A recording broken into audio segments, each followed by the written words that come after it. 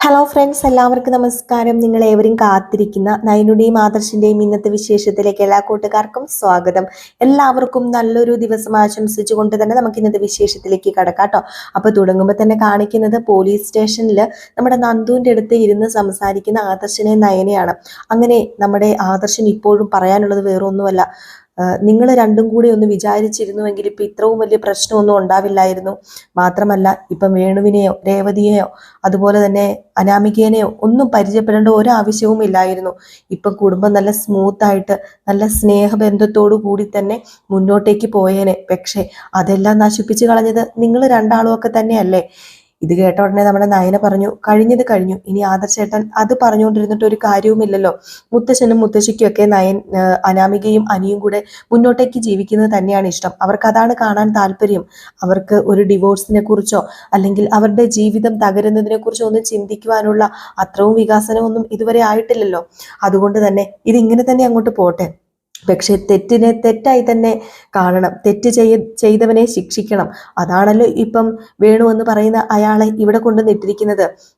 അത് തന്നെയാ എനിക്കും പറയാനുള്ളത്. നയനയുടെ തീരുമാനവും നന്ദുവിന്റെ തീരുമാനവും ഒക്കെ തന്നെയാ എനിക്കും. പക്ഷേ വേറൊന്നുമല്ല, ഇനി അനാമിക എന്തു പറയും, ഇനി ഇതിനെക്കുറിച്ച് അനാമിക എന്ത് ചിന്തിക്കും, അനാമിക ഇനി എന്തൊക്കെ കാണിച്ചു കൂട്ടും എന്നൊന്നും പറയാൻ പറ്റില്ല.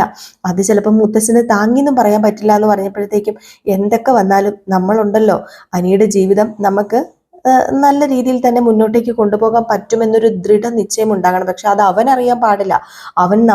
അവന് സപ്പോർട്ട് ഉണ്ടെന്ന് അറിഞ്ഞു കഴിഞ്ഞിട്ടുണ്ടെങ്കിൽ അവൻ ഒന്നും കൂടി നന്ദുവിന്റെ പുറകെ നടന്ന് നന്ദുവിനെ ശല്യം ചെയ്യാനായിട്ട് കൂടും. അതുകൊണ്ട് നമുക്കൊരിക്കലും അവനെ സപ്പോർട്ട് ചെയ്യുന്നുണ്ട് എന്ന് അറിയിക്കാതെ വേണം ഇതൊക്കെ ചെയ്യാനായിട്ട്. അപ്പൊ ഇത്രയൊക്കെ പറഞ്ഞു കഴിഞ്ഞപ്പോഴത്തേക്ക് നമ്മുടെ നന്ദു ചോദിച്ചു, അല്ല ഞാനൊരു കാര്യം ചോദിക്കട്ടെ, അവനെ കാണണ്ടേ വേണുവിനെ? ഇവിടം വരെ വന്നതല്ലേ, കണ്ടിട്ട് പോയേക്കാം അല്ലേ നയനെ എന്ന് ആദർശ് പറഞ്ഞപ്പോഴത്തേക്ക് നയനയും പറഞ്ഞു, അതെ ഇവിടം വരെ വന്നതല്ലേ, കണ്ടിട്ടേ പോകുന്നുള്ളൂ. കണ്ടിട്ട് മാത്രമല്ല രണ്ടെണ്ണം പറഞ്ഞിട്ടേ പോകുന്നുള്ളൂ. അല്ല നീ വല്ല തല്ലും വെച്ച് കൊടുത്തോടി. ഇനി എവിടെ തല്ലാനാ? അവനെ ഞാൻ തല്ലി തല്ലി തല്ലി മടുത്തല്ലേ ചേച്ചി. അവനെ വീട്ടിൽ കയറി വരെ തല്ലി. ഇനിയിപ്പൊ ഇവിടെ ഇട്ട് പ്രത്യേകിച്ചിട്ട് അവൻ തല്ലേണ്ട കാര്യമൊന്നുമില്ല. തല്ലേണ്ടി വന്നു കഴിഞ്ഞിട്ടുണ്ടെങ്കിൽ ഞാൻ തല്ലും, ചിലപ്പം കൂമ്പ് പിടിച്ച് കലക്കും. ഇങ്ങനെ പോയി കഴിഞ്ഞിട്ടുണ്ടെങ്കിൽ. പക്ഷെ അവൻ എൻ്റെ മുമ്പിൽ കൂടിയാ നിൽക്കുന്നത്. എന്നെ ഒന്നും ചെയ്യരുതേ, അബദ്ധം പറ്റിയതാണ് എന്നൊക്കെയാ പറയുന്നത്. അപ്പൊ പിന്നെ ഞാൻ എന്തോന്ന് പറയാനാ? ഏതായാലും ബാ, നിങ്ങൾ രണ്ടുപേരും ഇവിടം വരെ വന്നതല്ലേ, ഒന്ന് കണ്ടിട്ട് പോകാം എന്ന് പറഞ്ഞുകൊണ്ട് വേണുവിന്റെ അടുത്തേക്ക് നയനയും ആദർശിനെയും കൂട്ടി നന്ദു പോവുകയാണ്. അങ്ങനെ നന്ദു പറഞ്ഞു, ദേ അവിടെ ഉണ്ട്, അങ്ങോട്ടേക്ക് ചെന്നാൽ മതി. ഞാൻ ഏതായാലും അങ്ങോട്ടേക്ക് വരുന്നില്ല. എൻ്റെ മുമ്പിൽ വെച്ച് നിങ്ങളോട് സംസാരിക്കാൻ കുറച്ച് ചമ്മലും ഉളുപ്പൊക്കെ കാണുമായിരിക്കും. മാത്രമല്ല ഞാൻ ഇവിടെ നിൽക്കുന്നത് നന്ദുവായിട്ടല്ലല്ലോ, ഇവിടുത്തെ SI ആയിട്ടല്ലേ. അതുകൊണ്ട് ഞാൻ വെളിയിൽ തന്നെ നിൽക്കുന്നത് നല്ലത്. നിങ്ങൾ പോയി കണ്ടോ. പിന്നെ വിസിറ്റിങ്ങിന്റെ സമയം അറിയാലോ, ഒത്തിരി നേരമൊന്നുമില്ല. കുറച്ചു നേരം സംസാരിക്കുക, ഇങ്ങ് പോരുക. നിയമം ഞാൻ കയ്യിലെടുക്കില്ല കേട്ടോ. ഓഹോ, അത് കൊള്ളാലോ നന്ദു. നീ പോലീസ് തന്നെ. നീയേ SIയുടെ ആ ഒരു യൂണിഫോം ഇട്ട് ഇപ്പം വന്ന് പറഞ്ഞ ഡയലോഗ് ഉണ്ടല്ലോ, അത് കലക്കിയിട്ടുണ്ട്. നിയമം കയ്യിലെടുക്കില്ലെന്ന്. കൊള്ളാം. ഇങ്ങനെ തന്നെ മുന്നോട്ടേക്ക് പോയാൽ കൊള്ളാം. ഇങ്ങനെ തന്നെ മുന്നോട്ടേക്ക് പോകും ആദർശേട്ടാ. ഞാൻ നിയമം കയ്യിലെടുത്തുകൊണ്ട് ഒന്നും ചെയ്യാൻ പോകുന്നില്ല. നിയമത്തിന്റെ വഴിക്ക് തന്നെ പൊക്കോളൂ എന്ന് പറഞ്ഞിട്ട് നമ്മുടെ നന്ദു അങ്ങ് പോയി. ഇതേ സമയം നമ്മുടെ വേണു അവിടെ ഇങ്ങനെ നിൽക്കുകയാണ് കേട്ടോ. വേണുവിൻ്റെ അടുത്തേക്ക് ആദർശ നയനിയും ചെന്നു. അപ്പോഴത്തേക്ക് തന്നെ വേണു അവിടെ എണീറ്റപ്പോഴത്തേക്കും തന്നെ നമ്മുടെ ആദർശ് പറഞ്ഞു, അയ്യോ എണീക്കൊന്നും വേണ്ട, ഒത്തിരി ബഹുമാനത്തിന്റെ ഒരാവശ്യവും ഇല്ല. അത് പിന്നെ ആദർശെ, നയനെ അറിയാലോ, നിങ്ങളുടെ കുടുംബത്തിലെ ഒരാൾ തന്നെയാണ് ഞാനും. നിങ്ങളുടെ കുടുംബത്തിലെ ഒരാളെ പോലെ തന്നെയല്ലേ എന്നെ ഈ ഗതിയിലാക്കിയത്. എന്തിനാ? തെറ്റ് ചെയ്തവൻ ഉറപ്പായിട്ടും കിടക്കേണ്ട സ്ഥലത്ത് തന്നെയാണ് അല്ലേ ഇപ്പൊ കിടക്കുന്നത്. നിങ്ങൾ തെറ്റ് ചെയ്തിട്ടില്ല എന്ന് നിങ്ങൾ ആണയിട്ട് പറയായിരിക്കും. പക്ഷെ തെളിവ് സഹിതം ഇപ്പം ഇവിടെ നന്ദു കൊണ്ടുവച്ചിട്ടുണ്ട്. പിന്നെ അറിയാലോ, ഇനിയിപ്പം ഏത് പഴുതിൽ കൂടി രക്ഷപ്പെടാൻ നോക്കിയാലും നന്ദു പൂട്ടിയ പൂട്ട. അതങ്ങനെ ഒന്നും അഴിച്ച് ഊരി വരാനൊന്നും പറ്റില്ല. പിന്നെ അനാമിക അവിടെ കാണിച്ചു കൂട്ടുന്ന പലതും നിങ്ങൾ പറഞ്ഞു പഠിപ്പിച്ചു കൊടുത്തിട്ടാണെന്ന് എനിക്കറിയാം. ഒരു മകളെ വളർത്തേണ്ട രീതിയിൽ നിങ്ങൾ വളർത്തിയിരുന്നെങ്കിൽ ഒരുപക്ഷെ നിങ്ങൾക്ക് ഈ ഗതിയും മകൾക്ക് ആ ഗതിയും വരില്ലായിരുന്നു. അതുമാത്രമേ എനിക്ക് പറയാനുള്ളൂ. ഓരോ കള്ളങ്ങൾ ചെയ്യുമ്പോഴും അത് എൻ്റെ തലയിലും എൻ്റെ ചേച്ചിയുടെ തലയിലും എൻ്റെ വീട്ടുകാരുടെ തലയിലുമൊക്കെ കെട്ടിവെച്ചോണ്ടിരുന്നു നിങ്ങളുടെ മോള്. നിങ്ങളും അത് പറഞ്ഞു കൊടുത്തിട്ടുണ്ടായിരിക്കും. നിങ്ങൾ പറഞ്ഞു കൊടുക്കുന്നതനുസരിച്ചാണല്ലോ അവൾ ഓരോ കാര്യങ്ങളൊക്കെ ചെയ്യുന്നത്. ഏതായാലും എനിക്കിനി ഒത്തിരി സംസാരിക്കാനും പറയാനും താല്പര്യമില്ല. നിങ്ങൾ തെറ്റ് ചെയ്തിട്ടുണ്ടെങ്കിൽ നിങ്ങൾ ശിക്ഷ അനുഭവിക്കുക തന്നെ ചെയ്യുന്ന നമ്മുടെ നയനെ ആവർത്തിച്ച് പറഞ്ഞപ്പോൾ വേണു അയ്യോ എന്നെ എന്നെ വെറുതെ വിടാൻ പറയണം, ദേ നിങ്ങൾ ആ കേസ് ഒന്ന് പിൻവലിക്കണം, ഞാൻ കാല് പിടിക്കുക, ഒരബദ്ധം പറ്റിപ്പോയതാ, ഒരബദ്ധം, അതൊരു വെറും ഒരു കയ്യബദ്ധമായിട്ട് മാത്രം കാണണം എന്ന് പറഞ്ഞ് നമ്മുടെ വേണു കാലും കയ്യും ഒക്കെ പിടിക്കുവാണ്. ഇവിടെ നിന്ന് നയനയുടെ മാതൃശ്ശിന്റെ മനസ്സ് വല്ലതും കുലുങ്ങുമോ? ഒരുപാട് അനുഭവിച്ചതാണ് നമ്മുടെ നയന. അതുകൊണ്ട് തന്നെ നയനയ്ക്കിപ്പം ആരുടെയും മനസ്സ് കണ്ടാൽ കുലുങ്ങത്തില്ല കേട്ടോ. ഏതായാലും നമ്മുടെ ആദർശ നയനയും അവിടെ നിന്ന് വേണുവിനെ കണ്ടിട്ട് നേരെ പോകുന്നത് വേറെ എങ്ങോട്ടേക്കുമല്ല, അനന്തപുരിയിലേക്കാണ്. അവിടെ നമ്മുടെ അനാമിക കാത്തിരിക്കുകയാണല്ലോ ഇവരെയൊക്കെ. കാരണം അച്ഛനെ ലോക്കപ്പിലാക്കാൻ കാരണം വേറെ ആരുമല്ല, നയനയും ആദർശം കൊടുത്തൊരു പരാതിയുണ്ട്. അതുപോലെ തന്നെ അനന്തപുരി തറവാട്ടിൽ നിന്നൊരു പരാതി പോയിട്ടുണ്ട്. അപ്പൊ ഇതെല്ലാം പിൻവലിച്ചു കഴിഞ്ഞിട്ടുണ്ടെങ്കിൽ ഉറപ്പായിട്ടും നമ്മുടെ വേണു തിരിച്ചെത്തും. അങ്ങനെ വേണു തിരിച്ചെത്തണമല്ലോ. അതുകൊണ്ട് നമ്മുടെ അനാമിക ആദ്യം അനിയുടെ അടുത്ത് തന്നെയാണ് ചെല്ലുന്നത്. നിങ്ങൾ ഒറ്റ ഒരുത്തൻ കാരണമാണ്, നിങ്ങളും മനഃപൂർവ്വം അവളെ കൊണ്ട് എൻ്റെ അച്ഛനെ പിടിപ്പിച്ചതല്ലേ, എനിക്കതറിയാം. നിങ്ങൾക്ക് ഞാൻ എങ്ങനെയെങ്കിലും ഇവിടെ നിന്ന് പോകണം, അതിന് നിങ്ങൾ പ്രയോഗിച്ച അവസാനത്തെ അടവാണെന്നും എനിക്കറിയാം. നീ എന്തു വിചാരിച്ചാലും എനിക്ക് ഒരു കുഴപ്പമില്ല അനാമികെ. തെറ്റ് ചെയ്തിട്ടുണ്ടോ ശിക്ഷ അനുഭവിച്ചിരിക്കും. അതിപ്പം നന്ദു ആണെങ്കിലും വേറെ ഏത് പോലീസുകാരനാണെങ്കിലും ഇങ്ങനെയൊക്കെ തന്നെ ചെയ്യാൻ പോകുന്നുള്ളൂ. പിന്നെ പല സ്വാധീനമുള്ളവർ അവിടെ വന്നിട്ടുണ്ട്. നിങ്ങൾക്ക് സ്വാധീനമുള്ളവർ അവിടെ വന്നിട്ടുണ്ട്. അപ്പോഴൊന്നും നിങ്ങൾ വിചാരിച്ചില്ലല്ലേ നിങ്ങൾക്ക് സ്വാധീനമില്ലാത്ത, നിങ്ങളുടെ സ്വാധീനത്തിൽ വീഴ്ത്താൻ കഴിയാത്ത ഒരാൾ അവിടെ വരുന്നു? ഒരിക്കലും പ്രതീക്ഷിച്ചിട്ടില്ലല്ലേ? ഏതായാലും അങ്ങനെ ഒരാൾ വന്നു. പിന്നെ നീ നിന്റെ അച്ഛനും കൂടി നന്ദുവിനെ ഈ യൂണിഫോമിൽ നിന്നും ഇറക്കാൻ ഒരുപാട് ശ്രമിച്ചതാ. അവൾക്ക് പോലീസ് ക്യാമ്പിൽ പോയപ്പോഴും ഒരുപാട് ദുരനുഭവം ഉണ്ടായതാ. ഏതായാലും എണ്ണി എണ്ണി എല്ലാം ഈശ്വരൻ നിങ്ങളോട് ചോദിക്കാതെ ഇരിക്കില്ലല്ലോ. പിന്നെ ഈ ഒരു കള്ളത്തരം മാത്രമല്ല, ഒത്തിരി കള്ളത്തരം ചെയ്ത് കുറേ കേസുകൾ ഇപ്പോഴും വേണുവിന്റെ തലയിലുണ്ട്. അതെല്ലാം എങ്ങനെയൊക്കെയോ തട്ടിമുട്ടി രക്ഷപ്പെട്ട് നടക്കുന്നു. ദേ അതൊക്കെ കുത്തിപ്പൊക്കും അനാമികെ.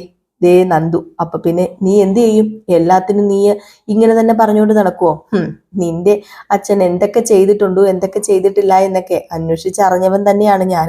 നീ പറയുന്നത് പോലെയൊന്നും നിന്റെ അച്ഛൻ അത്രയ്ക്ക് വലിയ ആളല്ലെന്നും അതുപോലെ നിന്റെ അച്ഛൻ അത്രയ്ക്ക് വലിയ സത്യസന്ധനല്ലെന്നും പിന്നെ ഒന്ന് വിസ്തരിച്ച് കുമ്പസാരിച്ചു കഴിഞ്ഞാൽ തെളിയാവുന്ന കേസേ ഉള്ളെന്നും നിനക്കറിയാലോ. അവളുടെ കയ്യിൽ നിന്ന് ഒറ്റ ഒരെണ്ണം കിട്ടിയിട്ടുണ്ട്, പറയുന്ന പോലെ നിന്റെ അച്ഛൻ എല്ലാ സത്യങ്ങളും വിളിച്ചു പറയും. അതുപോലെ ഈ സത്യവും വെളിയിൽ വന്ന് കാണും. സത്യം വെളിയിൽ വന്നാൽ എന്താ ചെയ്യേണ്ടത്? കള്ളന്മാരെ ശിക്ഷിക്കുക, അവരെ റിമാൻഡ് ചെയ്യുക, അതുപോലെ തന്നെ കോടതിയിൽ ഹാജരാക്കുക, പിന്നെ സെൻട്രൽ ജയിലിൽ കൊണ്ടിടുക. ഇതൊക്കെയല്ലേ നടക്കാൻ പോകുന്നത്. ഇതിൽ നിന്നൊന്നും നിന്നെ രക്ഷിക്കാൻ എനിക്ക് പറ്റില്ല. കാരണം നീയും നിന്റെ അച്ഛനും അമ്മയും ഒക്കെ കൂടി ചെയ്തത് അത്രയ്ക്ക് ക്രൂരതയാ. പ്രത്യേകിച്ച് എന്നോട് ഒന്നും അറിയാത്ത എന്നെ നീ എൻ്റെ പുറകെ നടന്ന് പാട്ടിലാക്കി വീഴ്ത്തിയതല്ലേ. നിന്റെ ഒരേ ഒരു ഉദ്ദേശം അനന്തപുരി തറവാട്ടിൽ കയറി പറ്റുക എന്നത് മാത്രമല്ലായിരുന്നോ? ദൈവം എപ്പോഴും അനാമികയെ നിന്റെ കൂടെ നിൽക്കില്ല. ദൈവം ഓരോന്ന് വിധിച്ചിട്ടുണ്ട്. എൻ്റെ ജീവിതത്തിൽ ആര് വരണം ആര് വരണ്ട എന്നൊക്കെ ദൈവം വിധിച്ചിട്ടുണ്ട്. ആ ദൈവവിളി വെച്ചിട്ടാണോ നീ ഇപ്പം എൻ്റെ അച്ഛനെ ലോക്കപ്പിൽ കയറ്റിയിരിക്കുന്നത്? ഞാൻ പറഞ്ഞു, എനിക്ക് നിന്റെ അച്ഛനെ ലോക്കപ്പിൽ കയറ്റാൻ മാത്രം നിന്റെ അച്ഛനോട് എനിക്ക് പൂർവ്വ വൈരാഗ്യം ഒന്നുമില്ല. പിന്നെ നിന്റെ അച്ഛൻ ഇപ്പൊ ലോക്കപ്പിൽ കിടക്കുന്നുണ്ടെങ്കിൽ അതിന്റെ കാരണക്കാരൻ നിന്റെ അച്ഛൻ തന്നെയാണ്. ചിലപ്പോൾ നീയും നിന്റെ അമ്മയും എല്ലാവരും ലോക്കപ്പിൽ കയറാൻ ചാൻസ് ഉണ്ട്. മാത്രമല്ല എനിക്കിവിടെ ഒരു ഏട്ടനുണ്ടല്ലോ, അബി, എൻ്റെ പുന്നാര ഏട്ടനും അപ്പച്ചിയൊക്കെ പോലീസ് സ്റ്റേഷനിൽ കയറാൻ ചാൻസ് ഉണ്ട്. കാരണം ഇവിടെ പോലീസായിട്ട് എത്തിയിരിക്കുന്നത് മെസ്സേജ് ആയിട്ട് എത്തിയിരിക്കുന്നതുവേ നന്ദുവാ. അതുകൊണ്ട് എല്ലാവരും ഒന്ന് സൂക്ഷിച്ച് മുന്നോട്ടേക്ക് പോകുന്നത് തന്നെയായിരിക്കും നല്ലത്. നിന്നോടൊന്നും പറഞ്ഞിട്ട് ഒരു കാര്യമില്ലെന്ന് എനിക്കറിയാം എന്നൊക്കെ പറഞ്ഞുകൊണ്ട് നമ്മുടെ അനാമിക അവിടെ നിന്ന് പോവുകയാണ്. അനാമിക അപ്പോഴും ജാനകിയോടും അതുപോലെ തന്നെ ജലജയോടും ഓരോ കാര്യങ്ങളൊക്കെ പറഞ്ഞുകൊണ്ട് നിൽക്കുകയാണ്. അതിനോടൊപ്പം തന്നെ അവിടെ നമ്മുടെ ദേവയാനിയും ഇറങ്ങി വരുന്നുണ്ട്. അപ്പം ദേവയാനിയോട് ചോദിക്കുന്നുണ്ട്, അല്ല അമ്മയുടെ എന്നല്ല സോറി അമ്മായി അല്ലല്ലോ, വല്യമ്മയുടെ മരുമകളാണല്ലോ ഇതിനെല്ലാത്തിനും കാരണക്കാര്. വല്യമ്മയുടെ ഒരു വാക്കു മതിയായിരിക്കും എൻ്റെ അച്ഛനെ രക്ഷപ്പെടുത്താൻ. അതുകൊണ്ട് എൻ്റെ അച്ഛനെ എങ്ങനെയെങ്കിലും രക്ഷപ്പെടുത്തണം. അപ്പം നമ്മുടെ നവ്യ അവിടെയുണ്ട്. അപ്പം നവ്യോടും ഇതൊക്കെ തന്നെയാണ് നമ്മുടെ അനാമിക പറയുന്നത്. ഇതൊക്കെ കേട്ട് കഴിയുമ്പോഴത്തേക്കും നമ്മുടെ ദേവയാനി പറയുന്നുണ്ട്, ഞാൻ എന്ത് ചെയ്യാനാ? അനാമികയുടെ അച്ഛൻ എന്തെങ്കിലും തെറ്റ് ചെയ്തിട്ടുണ്ടെങ്കിൽ തെറ്റ് പിടിക്കപ്പെട്ടു, അപ്പൊ ലോക്കപ്പിൽ ആക്കി, അതിനിപ്പം എനിക്ക് എന്ത് ചെയ്യാനായിട്ട് സാധിക്കും? അല്ല, എൻ്റെ അച്ഛൻ ഇവിടത്തെ ഇവിടുത്തെ നെക്ലേസ് മോഷ്ടിച്ചെന്നും പറഞ്ഞാണല്ലോ ഇപ്പൊ കേസ് വന്നിരിക്കുന്നത്. അത് അത് നിങ്ങൾ പറഞ്ഞാൽ തീരാവുന്നതല്ലേ ഉള്ളൂ. ആ കേസ് പിൻവലിച്ചു കഴിഞ്ഞിട്ടുണ്ടെങ്കിൽ പിന്നെ എൻ്റെ അച്ഛനെ അവിടെ നിന്ന് എനിക്ക് രക്ഷപ്പെടുത്താവുന്നതല്ലേ ഉള്ളൂ. ഇതിന്റെ പിന്നിൽ ഞാനൊന്നും അല്ല അനാമികെ. പിന്നെ നന്ദു എന്തൊക്കെയോ കേസുകൾ തെളിയാതെ കിടന്നതൊക്കെ അതൊക്കെ എടുത്ത് തെളിയിച്ചു. അത് അവളുടെ കഴിവ്. പിന്നെ ദേ അനാമികയുടെ അച്ഛൻ ചെയ്തത് നല്ല കാര്യമാണോ? ഇവിടെ നിന്ന് നെക്ലേസ് എടുത്തോണ്ട് പോയത് നല്ല കാര്യമാണോ? അല്ല, അനാമിക എടുത്തു കൊടുത്തതാണെങ്കിൽ കുഴപ്പമില്ല. അനാമിക എടുത്തു കൊടുക്കണമെങ്കിൽ എന്ത് ചെയ്യണം? എന്നോട് ചോദിക്കണ്ടായിരുന്നോ? ഞാൻ അനാമികയ്ക്ക് തന്ന നെക്ലേസ് ആണ്, അത് കൊടുക്കാനുള്ള അവകാശം അനാമികയ്ക്കുണ്ട്. അത് എന്നോട് ചോദിക്കാനുള്ള എടുക്കാനുള്ള അവകാശമൊക്കെ അനാമികയ്ക്കുണ്ട്. പോട്ടെ, നീ എടുത്തു കൊടുത്തു. പക്ഷേ അപ്പോഴും നിങ്ങൾ കുറ്റപ്പെടുത്തിയത് ആരെയാണ്? എൻ്റെ മരുമകളെയും എൻ്റെ മരുമകളുടെ അച്ഛനെയും അമ്മയെയും ഒക്കെ അല്ലേ നിങ്ങൾ കുറ്റപ്പെടുത്തിയത്? അന്നെങ്കിലും നിങ്ങൾക്ക് സത്യം തുറന്നു പറയത്തില്ലായിരുന്നോ? എൻ്റെ അച്ഛന് ഒരാവശ്യം വന്നപ്പോൾ ഞാൻ അതെടുത്ത് കൊടുത്തതാണെന്ന് പറയത്തില്ലായിരുന്നോ? ഏതായാലും ഈ ചോദ്യത്തിനൊക്കെ ഉത്തരം പറയാനായിട്ട് നമ്മുടെ അനാമികയ്ക്ക് കിട്ടുന്നില്ല. പക്ഷേ ഈ ചോദ്യത്തിനൊക്കെ ഉത്തരം പറയാനായിട്ട് ജാനകിക്ക് കിട്ടുന്നുണ്ട് കേട്ടോ. എന്തിനും ഏതിനും എൻ്റെ മരുമകളെ അങ്ങ് കുറ്റം പറഞ്ഞാൽ മതിയല്ലോ. അല്ല, അവളൊരു സ്വർണം എടുത്ത് അവളുടെ അച്ഛന് കൊടുത്തെന്ന് ഓർത്തുകൊണ്ട് എന്താ കുഴപ്പമിരിക്കുന്നത്? അവളിവിടെ എത്ര പവനാ കൊണ്ടുവന്നത്? മറ്റു മരുമക്കളെ പോലെയാണോ? അല്ലല്ലോ. എൻ്റെ മരുമകള് കഴുത്തും കാലും കൈയും ഒക്കെ നിറയെ ആഭരണം ഇട്ടാ ഇങ്ങോട്ടേക്ക് വന്നത്. എന്നിട്ട് എൻ്റെ മരുമകളെ ഇപ്പം ഇവിടുന്ന് മാറ്റിയിട്ട് അതിന് പകരമായിട്ട് ഇവിടെ ഒരുത്തിനെ കൊണ്ടുവരാനുള്ള നിങ്ങളുടെയൊക്കെ ഉദ്ദേശം എനിക്ക് മനസ്സിലാവുന്നുണ്ട്. അങ്ങനെ ഇവർ സംസാരിച്ചുകൊണ്ടിരിക്കുന്ന സമയത്താണ് ആദർശം നയനയും അങ്ങോട്ടേക്ക് വരുന്നത്. ആദർശനും നയനയും കണ്ടപ്പോൾ തന്നെ ജലജ പറയുന്നുണ്ട്, ഓ വരുന്നുണ്ട്, എല്ലാത്തിനും കാരണക്കാരിയും കാരണക്കാരനും വരുന്നുണ്ട്. ഇവിടെ തെറ്റ് ചെയ്യുന്നവർ ശിക്ഷ അനുഭവിക്കുന്നുണ്ട്.